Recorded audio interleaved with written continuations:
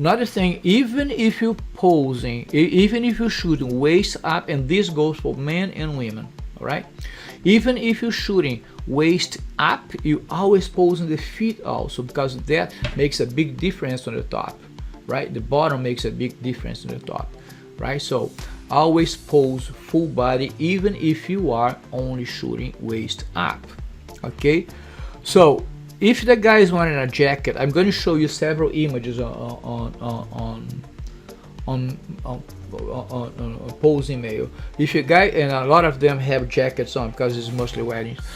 If the guy's wearing a jacket, the top, if it's the 2-button jacket, the top button is buttoned up, the second button is open. If they sit down, open the jacket, make them a little bit free. All right. The easiest way to pose, man or woman, is to practice in front of the mirror, right? Because when you're posing, you have them mirroring you, you have them imitating what you do. And if you don't pose in front of the mirror, if you don't know how it feels, it makes it a little bit harder. So the best way to pose is to get them to mirror you. So get in front of the mirror, practicing those poses. You directing and posing, so you seeing, you watching, and you much especially feeling how it is to be posed.